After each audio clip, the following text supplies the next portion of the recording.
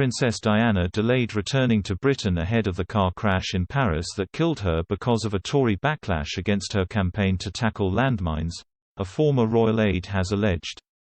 The Princess of Wales ex-driver and minder Colin Tebbutt claims a row over her call for the mines to be banned convinced Diana to stay on in Paris with her boyfriend Dodi Fayed longer than she originally planned.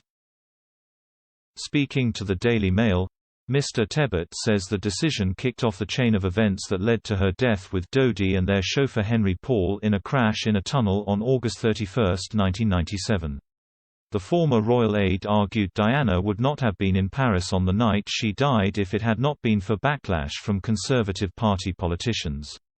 Diana, 36, had been due to arrive back in London on August 28, 1997, but decided to extend her trip by 3 days at the last minute amid the controversy. Mr. Tebbutt said, "She didn't come back on the Thursday as scheduled because the Tories were having a go at her again over landmines." He added, "She was accused of using the campaign to boost her own image, which was nasty and upset her. So she contacted us and said she didn't want all the hassle that would be waiting for her in the UK. She would return at the weekend instead."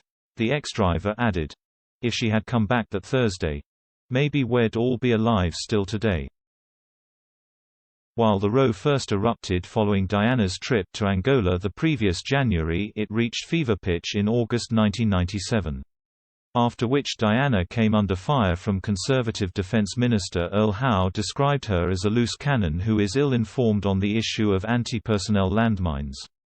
While fellow Tory Peter Viggers accused her of ignoring sophisticated arguments.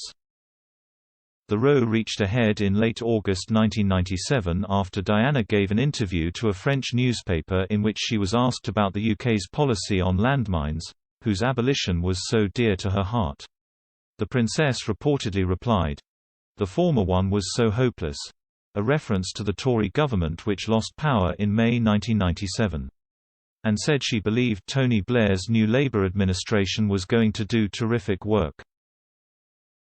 Prince Harry, 36, has continued his mother's work to eliminate landmines and retraced her footsteps during a trip to Angola in autumn 2019.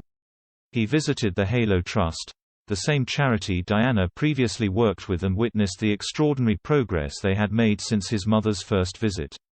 Earlier this month, Harry spoke out to condemn an attack on Halo Trust workers in Afghanistan in which 10 people died.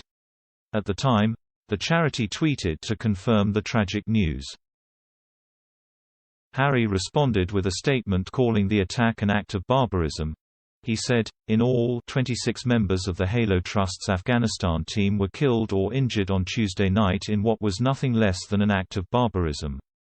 I honor those who have been lost and encourage support for the survivors and the families of those affected.